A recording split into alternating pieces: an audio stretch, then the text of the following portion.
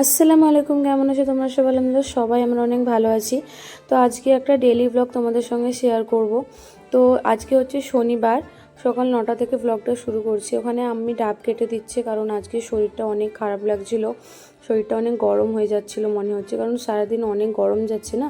তো এখানে আমি ডাবের শাঁসটা খেয়ে নিচ্ছি, আরেকটা ডাব খাবো, তাই ওদিকে আমি ডাবটা কেটে দিচ্ছে। তো এই শাঁসটা অনেক মজার ছিল, ঠান্ডা ঠান্ডা শাঁস খেতে কার না ভালো লাগে। তারপরে এখানে বসে পড়লাম হিসাব করতে পাপার। তো পাপার উইকলি বলো মান্থলি বলো হিসাবগুলো আমিই করি এখন করে, কারণ এখানে আমি আছি না। তো সব কিছু হিসাব করতে করতে মনে হচ্ছিলো পুকুরের ধারে যাব।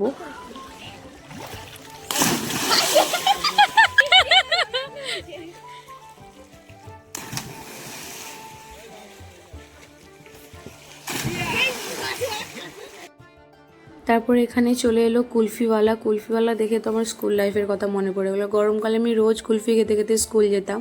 তো বোন সাঁতার শিখতে এসেছে, তাই আমি পুকুর ধারে এসে বসে আছি।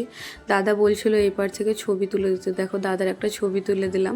তারপর দাদাকে বললাম কুলফি কিনে দিতে, তো সবাইকে কুলফি কিনে দিল দাদা। কুলফিটা খেতে আমার অনেক মজা লাগে। কুলফির যে উপরে ক্রিমটা থাকে তার থেকে বেশি আমার যে মানে নিচের দিকে যে ক্রাঞ্চটা থাকে ওটা খেতে বেশি ভালো লাগে। তো আমার বোনকেও কুলফি দিয়ে দিলাম, ও পুকুরে বসে বসে কুলফিটা খাচ্ছিল। মানে পুকুরে এমনিতে ঠান্ডা ঠান্ডা পানিতে তারপর কুলফি খাওয়ার দুটোর মানে কম্বিনেশনটা জাস্ট ওয়াও লাগছিল। ওকে জিজ্ঞেস করেছিলাম। তারপরে আমিও কুলফিটা শেষ করে দিলাম। দেখো কত সুন্দর বাতাস চালাচ্ছে, এরকম পুকুর ধারে বসে ঠান্ডা ঠান্ডা বাতাসে কুলফি খাওয়ার মজাটাই আলাদা। তারপরে বাড়িতে এসে লাঞ্চ করে ঘুমিয়ে গিয়েছিলাম। তারপরে দেখলাম বাড়িতে এসে আমুলের টক দই এনেছে পাপা, তো ভাবছিলাম লস্যি করব। তো লস্যিটা এখানে বানিয়ে নিচ্ছি, ঠান্ডা ঠান্ডা লস্যি খেতে অনেক মন যাচ্ছিলো। তারপর লস্যি খেয়ে এখানে রেডি হয়ে যাচ্ছি, একটা জায়গায় যাব, তোমাদেরকেও নিয়ে যাব, কোথায় যাচ্ছি তোমাদেরকে দেখানোর জন্য।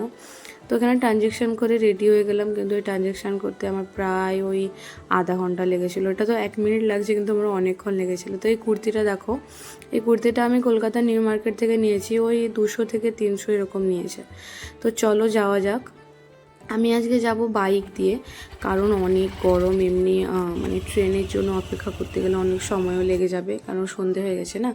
তো আমি এখানে পেট্রোল পাম্পে পেট্রোল ভরে নিচ্ছি। আর এই হোটেলটা কার কার চেনা আছে আমাকে কমেন্ট করে জানাবে। এটা হচ্ছে সন্দীপার ফেমাস হোটেল দেউলিয়ার।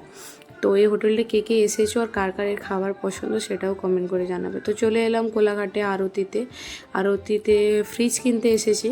তো এই দুটো ফ্রিজের মধ্যে আমি পুরো কনফিউজ হয়েছিলাম, কারণ দুটো কালারই অনেক সুন্দর ছিল। তারপরে এখানে চলে এলাম টিক্কা খেতে, কারণ টিক্কা খেয়ে বাড়ি চলে এলাম। তো আজকে সারাদিনটা আমি এমনভাবেই কাটালাম। তোমরা তোমাদের দিনগুলো কেমনভাবে কাটালে কমেন্ট করে জানাবে। আর কোন ফ্রিজটা তোমাদের পছন্দ সেটাও কমেন্ট করে জানাবে। ততক্ষণ পর্যন্ত ভালো থাকো সবাই, বাই।